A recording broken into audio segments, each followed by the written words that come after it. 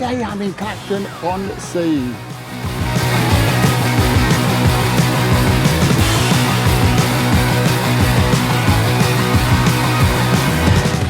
Hello, I'm Jim Driver. Over the past few weeks, it seems as though everybody's been talking about Clacton-on-Sea. Politicians, newspapers, parliamentary ombudsman, social media. Depending on who you listen to, this is either Britain's most interesting seaside town or else the latest place the media has become obsessed with. I realised something rather embarrassing on my way here on the train. I've never actually been to Clacton before. So today I've come to spend a few hours finding out what the fuss is all about.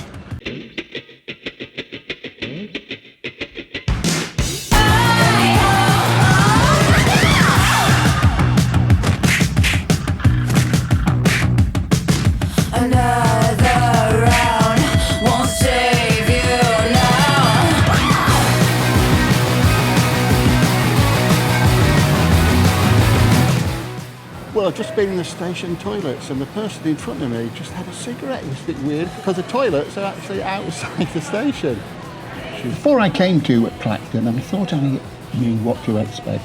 It's one of those places we hear about regularly in the media, usually in stories about politics, decline, or the state of British seaside towns.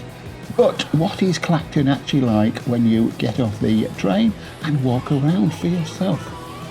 My first surprise came before I'd even left the station. One of the signs turned out to be pointing in completely the wrong direction, not towards the seafront at all, as I found out 15 minutes later, after I'd walked half a mile in the wrong direction. Not the most promising start, very little to suggest. The sea was just a short walk away. You simply make your way through the town and eventually it's there.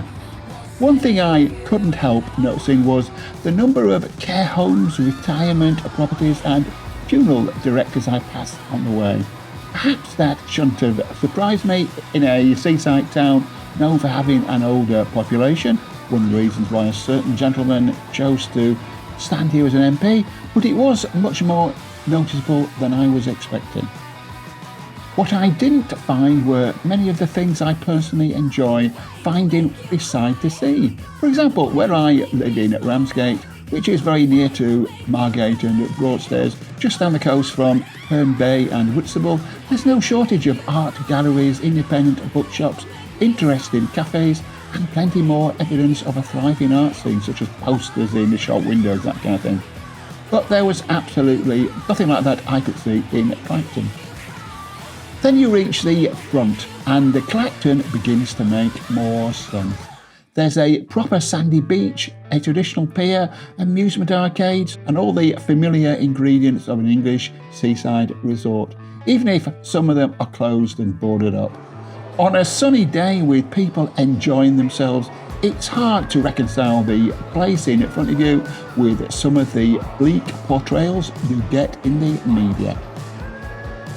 If you're enjoying this video, I would take it as a great personal favour if you could please subscribe to this channel, like this video if you like it, and share it with your friends. And let's get back and let's get on to the fish and chips.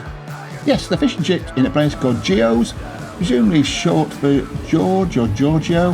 That was a very pleasant surprise and an important reminder that a day at the seaside shouldn't be over-analysed. Sometimes you just want sunshine, a beach and something hot, coated in batter and deep fried. Having spent several hours here in Clacton, something else surprised me. Clacton is holding a parliamentary by-election this very Thursday, yet while walking around, admittedly it was a couple of weeks in advance, I saw absolutely no sign at all that an election was taking place. No campaign face, none of the other 33 candidates either. That there was no great political atmosphere, no sense that the town had become the centre of a national story.